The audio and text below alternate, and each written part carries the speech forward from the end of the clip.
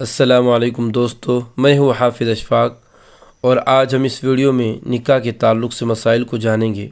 تو شروع کرتے ہیں۔ بسم اللہ الرحمن الرحیم۔ نکاح اس معاملے کو کہتے ہیں جس سے مرد اور عورت ایک دوسرے کے لیے حلال ہو جاتے ہیں۔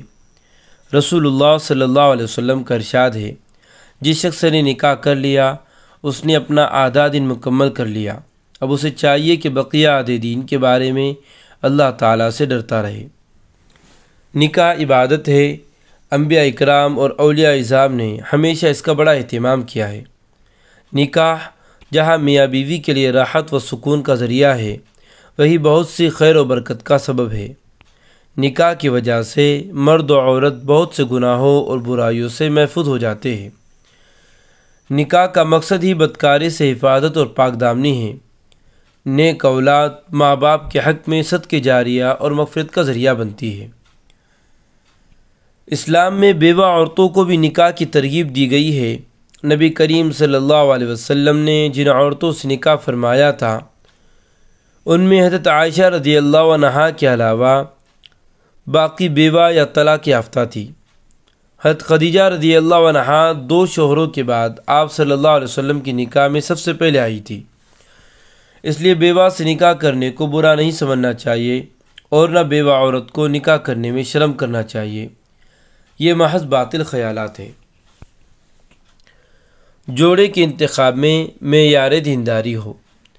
نکاح کے لیے جوڑے لڑکے یا لڑکی کے انتخاب میں اصل معیار دینداری ہونی چاہیے اور دینداری ہی کو دیکھ کر رشتہ طے کرنا چاہیے۔ دیندار لڑکی ہی صحیح معنی میں شوہر کے حقوق سمجھتی اور ادا کرتی ہے۔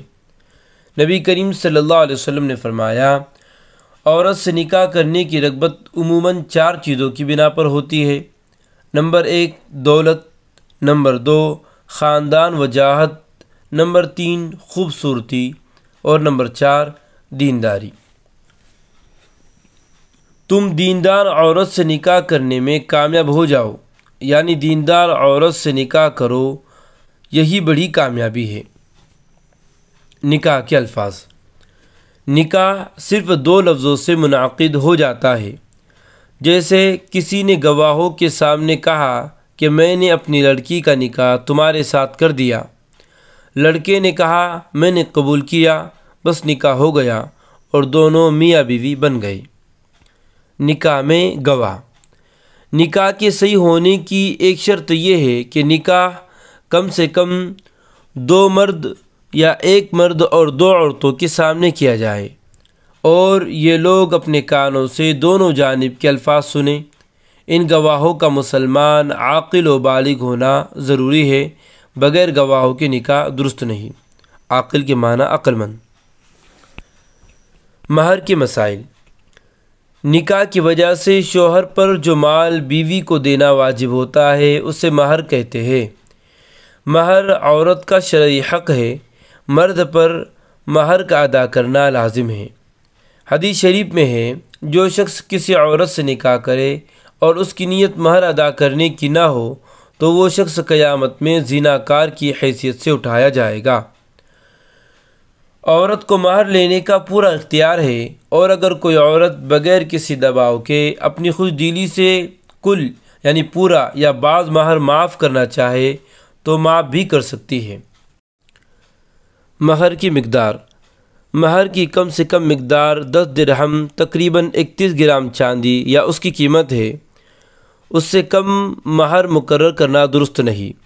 زیادہ مہر کی کوئی حد نہیں، لیکن مہر اتنا ہی مقرر کرنا چاہیے جتنا مرد ادا کر سکتا ہو۔ اگر مہر فاطمی یعنی 1 کلو 530 گرام 900 ملی گرام ادا کرنے کی طاقت ہو تو مقرر کرنا مستحب ہے۔ جہیز۔